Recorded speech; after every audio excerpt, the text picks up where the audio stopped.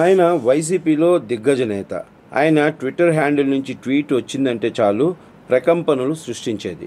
ఆయన సెటైర్లకే బాప్ అన్నట్లుగా ట్వీట్ చేసేవారు. ఆయన ట్వీట్ ఎంతో మంది రాజకీయ ప్రత్యర్థులకు గన్ షాట్ లాగా ఉండేది. ఆయన పదునైన డైలాగులను పేల్చి మరీ వేసిన ట్వీట్లు వైసీపీకి ఎంతో ఖుషీనిచ్చేవి. అలాంటి విజయసాయిరెడ్డి 2025 మొదట్లోనే రాజకీయాల నుంచి తప్పుకుంటున్నట్లుగా ప్రకటించారు. వైసీపీకి రాజ్యసభకు కూడా ఆయన రాజీనామా చేశారు. ఇక రాజకీయం వద్దు అనుకున్నారు. అగ్రికల్చరల్ ఈజ్ మై కల్చర్ అనేశారు. అయితే ఆ తర్వాత కొన్నేళ్ల పాటు ఆయన సైలెంట్ గా అయితే ఉండలేదు. లిక్కర్ స్కామ్ మీద సిట్ విచారణకు హాజరై మీడియా ముఖంగా ఆయన చేసిన హాట్ కామెంట్స్ వైసీపీలో అలజడి రేపాయి. అంతేకాదు వైసీపీలో కోటరీ అన్నారు.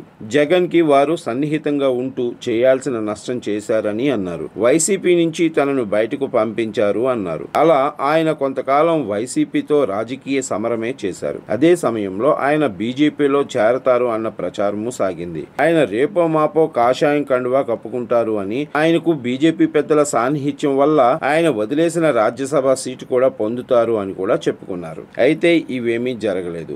ఇంతలో ఆయన టీడీపీ కీలక నేత అయిన జనార్దన్ ని కలిశారు అని వైసీపీ నుంచి ఒక వీడియో షాట్ బయటకు వచ్చింది. దాని మీద కూడా విజయసాయిరెడ్డి ఫైర్ అయ్యారు. రాజకీయాలు వదిలేసిన తాను ఎవరిని కలిస్తే వైసీపీకి ఎందుకు ఉలుకు అన్నారు. ఇలా విజయసాయిరెడ్డి రాజకీయంగా మళ్ళీ యాక్టివ్ అవుతారా అన్న చర్చ సాగుతున్న నేపథ్యం ఒకవైపు ఉంటే, ఆయనను బీజేపీ చేర్చుకోవడం ఏపీలో ఉన్న కూటమి పెద్దలకు ఇష్టం లేదని మరో ప్రచారం సాగింది. మొత్తానికి ఏది నిజమో తెలియదు కానీ 6 నెలలుగా అయితే విజయసాయిరెడ్డి రాజకీయము సైలెంట్ అయింది. ఆయన ట్విట్టర్ అయితే ఇటీవల కాలంలో మౌనమే మంత్రంగా పాటిస్తోంది. ఇప్పుడు సడన్ గా ఆయన ఒక ట్వీట్ చేశారు. అది రాజకీయాలకు సంబంధించినది అనుకుంటే పొరపాటే. ఆయన యువతకు సలహా ఇస్తూ వేసిన ఈ ట్వీట్ ఆసక్తికరంగా మారింది. ఆర్టిఫిషియల్ ఇంటెలిజెన్స్ ప్రభావంతో ఉద్యోగాలు పోతాయని ఇటీవల కాలంలో అంతా అనుకుంటున్నారు.